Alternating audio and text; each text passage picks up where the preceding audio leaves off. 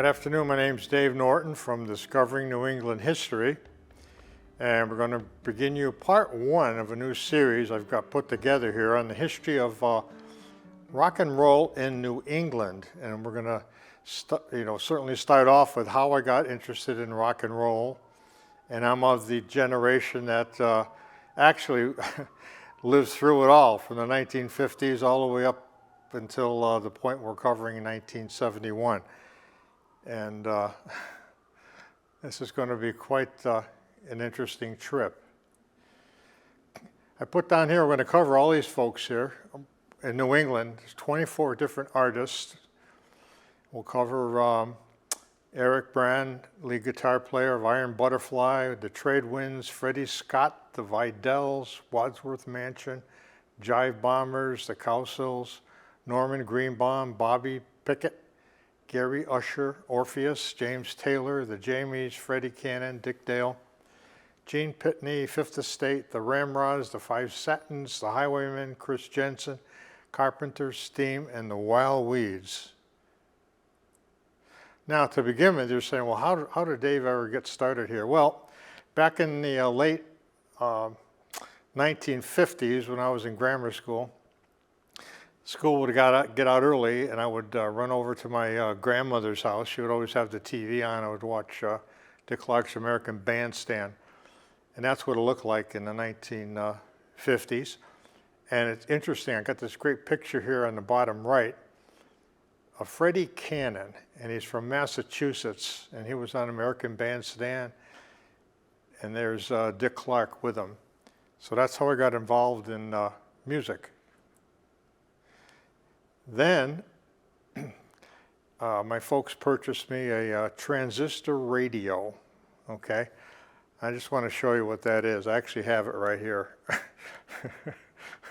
It's a Motorola, and this is amazing. This is amazing, the sounds you got out of that. Back in the day, this is the first portable music type of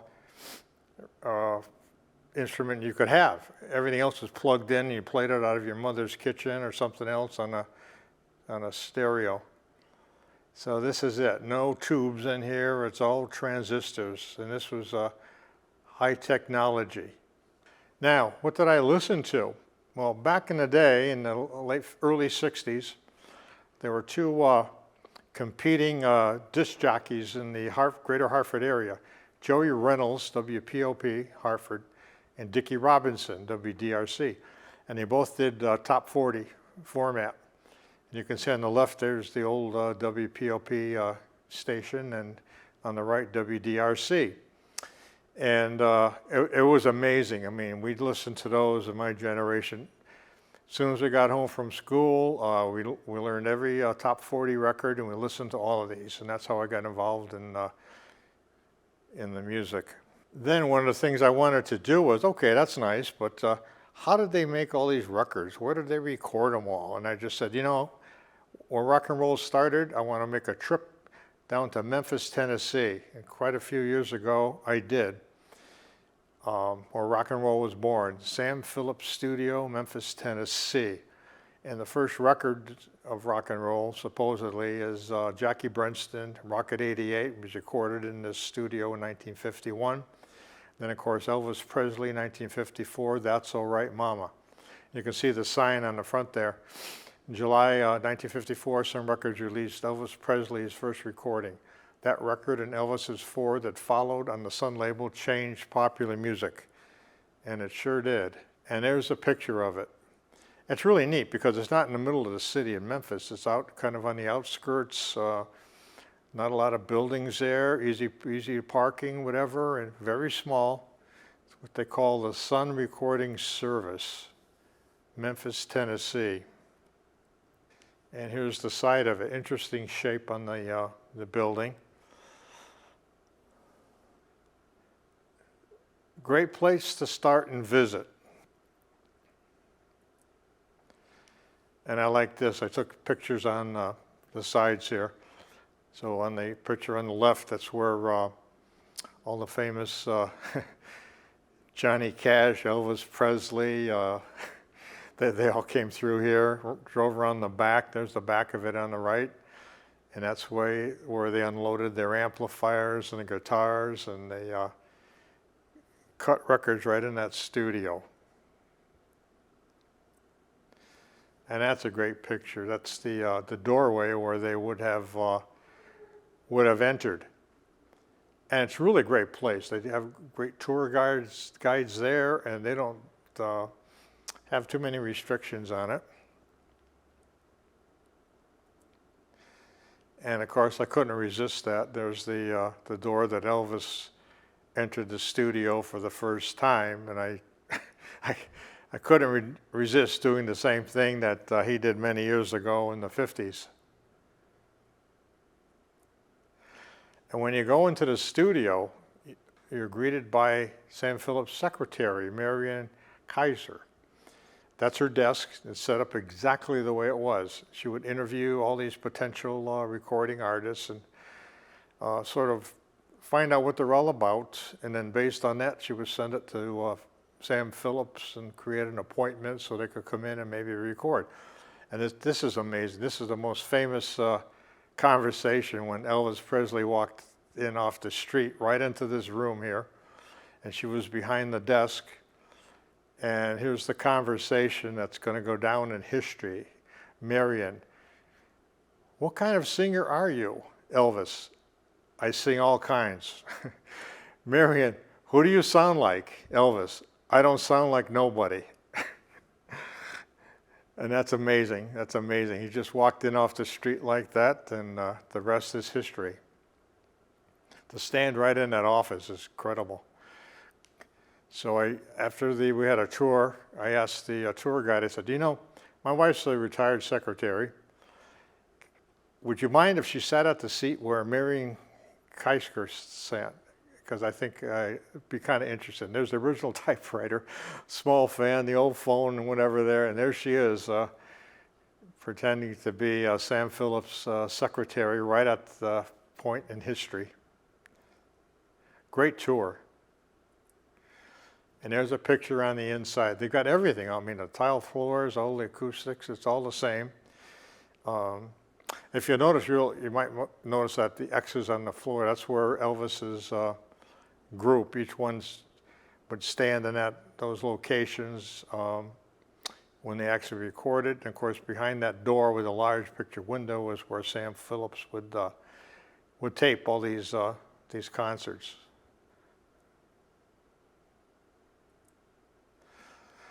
And that's a great picture. There's Sam Phillips.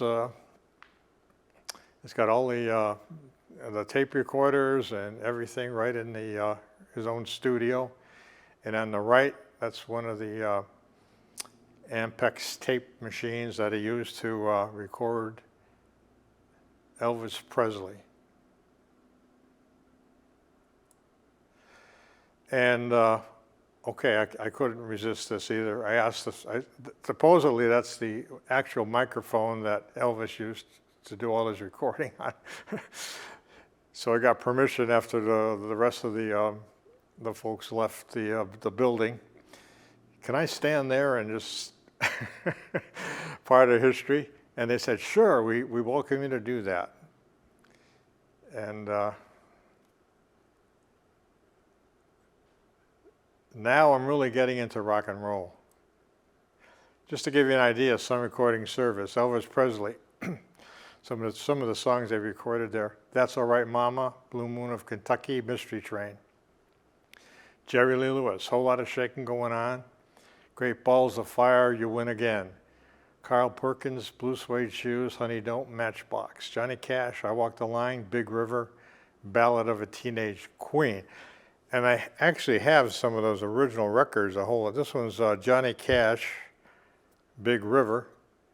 This is in my collection. This is the original.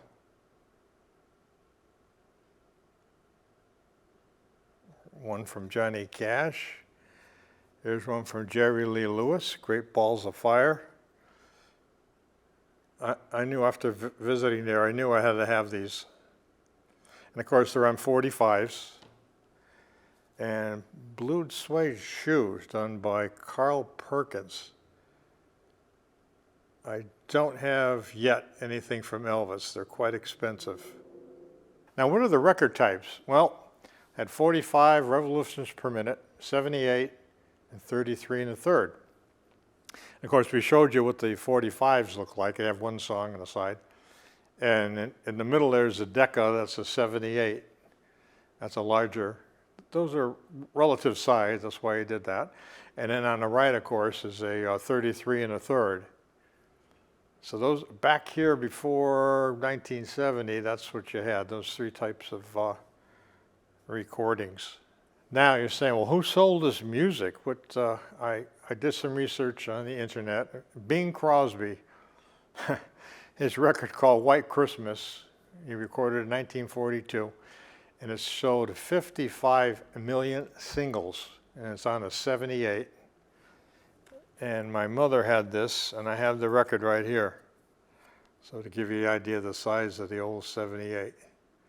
That's the most singles ever today in history. Now, some of the other ones, I just did the top 10 just to see what do we have here. Look at that. Bing Crosby, White Christmas, 55 million. Number 2 is Elton John, Candle in the Wind, 33 million. 3 is Mungo Jerry, In the Summertime, 30 million. And the other ones I put in red are the ones I heard for the first time on my transistor radio. Bill Haley and the Comics, Rock Around the Clock. Elvis Presley, It's Now or Never. The Beatles, I Want to Hold Your Hand. Paul Anka and Diana, and Elvis Presley and Hound Dog. Those are the top 10 of all time. Now, back then, they had albums. And I want to hold this up. This is what an album was. A lot of people say, okay, I know what an album is. Well, you maybe don't. This happens to be a Benny Goodman, what they call an album. Now, you got to remember, the 78s have one song on each side, even though they're large like that, right? And then when you open up the album, in this case, they have all 4, so there's like 8 songs. And each one has a separate opening. And this is what they call an album back then. Of course, now everybody's used to CDs and everything else. And this was Columbia Records recorded it like this. Just wanted to show what kind of music we had back in the day. And record material, there's quite a difference in record material. I just put a description here.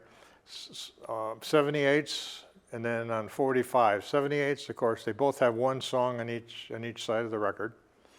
Construction now on the 78s is a shellac wax. It's a lot heavier record. And of course, the 45s is the vinyl. The groove width on the 78 is wide, and that collects a lot of dust. But the advantage is it's thick and heavy, and it's however, it shatters quite easily, but it doesn't warp. But the sound is, I classified that as poor to scratchy. And then the 45, you get excellent sound, of course. And those are some of the typical players that they had back in the day. Now, how do we do this? How do we make a record? Well, master tape is cut, recorded at the studio, like I showed you. Then they make an acetate disc, which is cut from the master tape. Then a master plate is formed. Then stamper plates are made from the master plate. Then a vinyl pressing is made.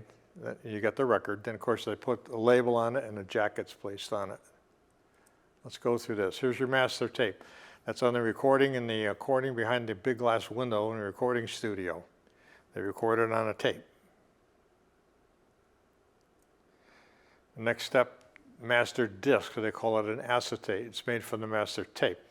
It's a piece of aluminum coated with a layer of vinyl into which grooves are cut by a writing stylus. Then you make a metal master plate. Plater coats the acetate with a thin layer of silver, which is electroplated with nickel. The plate is separated from the acetate then, and the master plate is formed. It's basically a metal duplicate of the acetate. And then 4 stamper plates are made from the master plate. Number 5, you have a vinyl pressing. The stamper plate's used to press vinyl, which is injected between both stamper plates. You have 2 stamper plates, top and the bottom. One's the A side, one's the B side of the record. They come down and they interject vinyl between them, and they press to produce the grooves in the vinyl.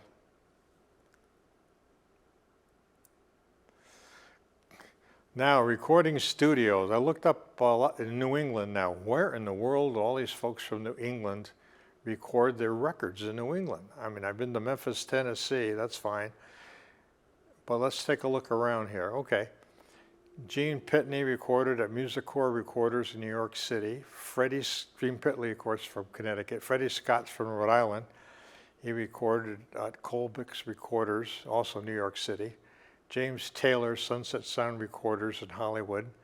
The Five Satins, St. Bernadette's School. They actually recorded that in the basement of a school, Catholic school or church, New Haven. Freddie Cannon, Swan Records in Philadelphia. Carpenters at the United Western Recorders in Los Angeles, and the Wild Weeds from Connecticut. Trodnossel Studios in Wallingford. And those are the 3 which actually have those records right here. You can see they've got the labels on it. Yeah, this first one here is, you can see Swan Records, and of course everybody's known that record called Palisades Park, Freddie Cannon. That's the original record.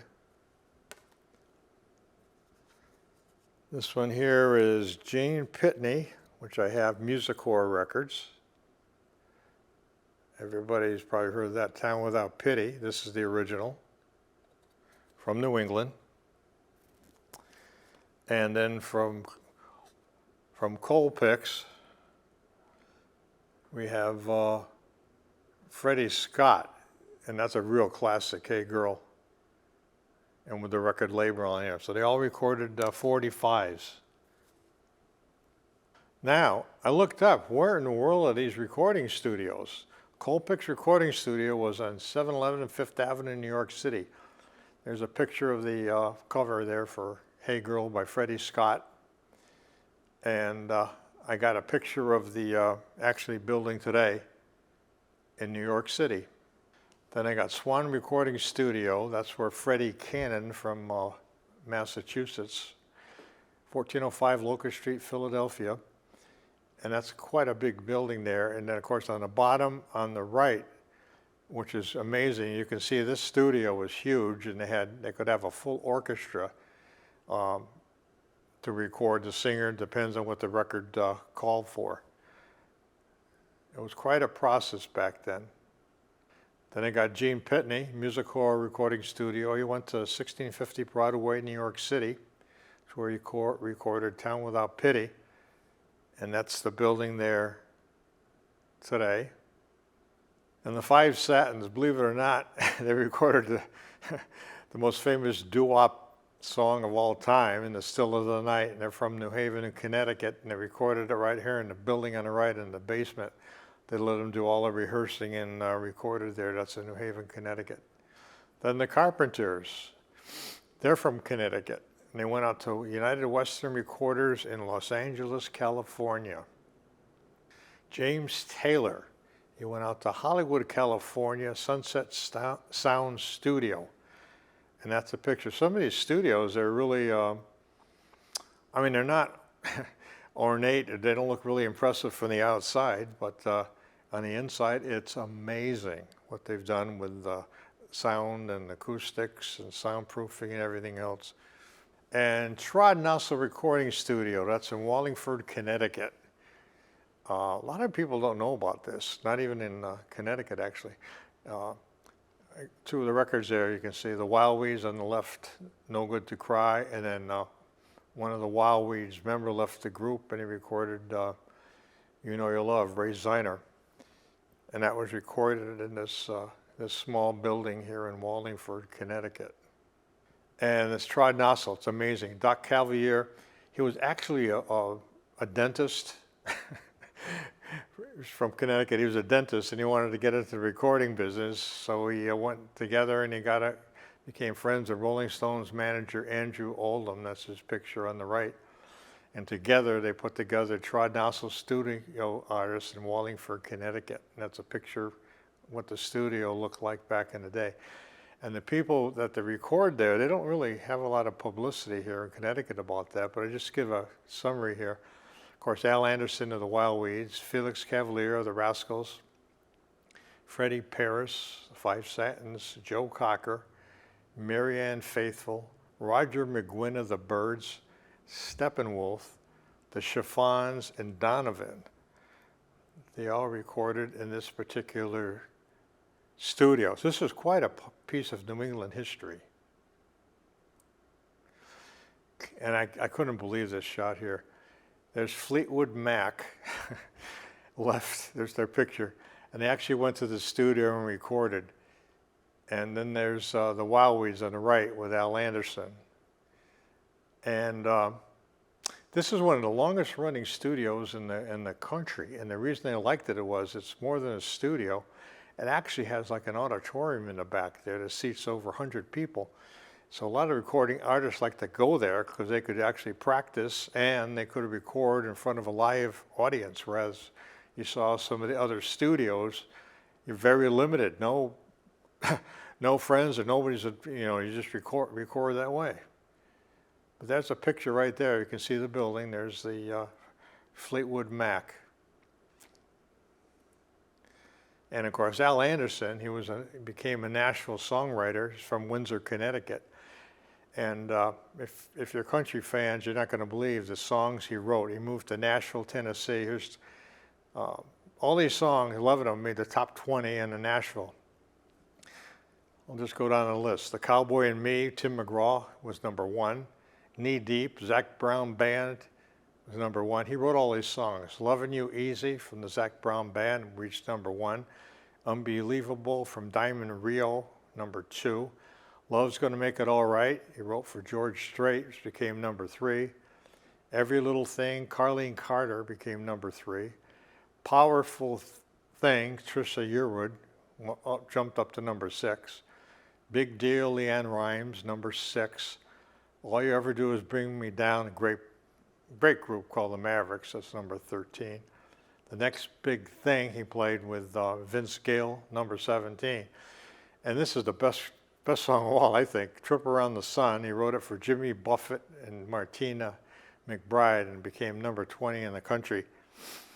So he started a small place in Connecticut, went to NRBQ with their lead guitar player, and then after that he went to Nashville and became a songwriter.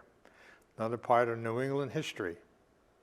Now I'm going to go through some of the, by state, some of the songs. Here we start off with Rhode Island. Have the Trade Winds, they're from Providence, Rhode Island. Their song was #32, New York's a Lonely Town. It's about surfers in New York.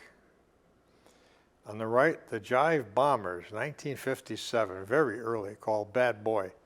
#36 on Billboard, from Pawtucket, Rhode Island. Then, of course, from Rhode Island, we have the Cow Sills, one of my favorite groups, Newport, Rhode Island.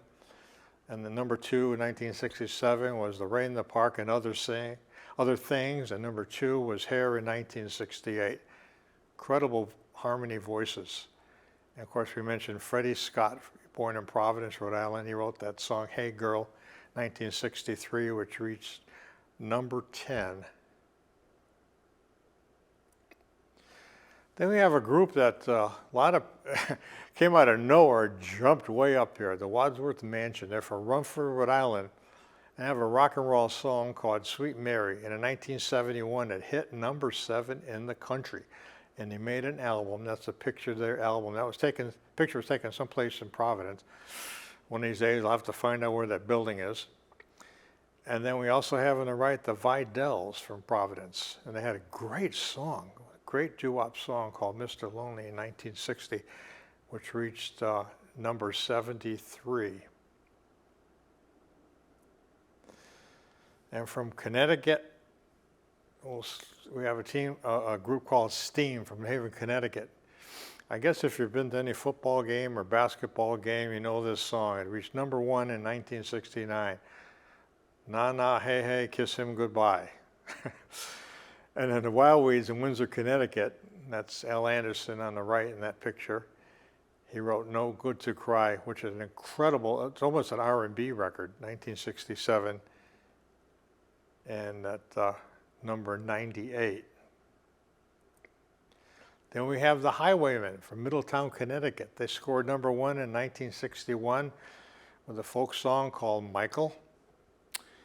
We have the Ramrods from Torrington, Connecticut, and they wrote Ghost Riders in the Sky in 1961 that made it to number 30. So we're going to stop right here. Of course, we're going to continue on. When I started, I said, somebody's got to do something about New England after I went to Memphis. And so I finally have the opportunity to do that. And as we go along here, I hope you're going to understand how exciting this is, our journey through R&O and history of New England. And it's Dave Norton from Discovering New England History, and this concludes episode 1. Have a good afternoon.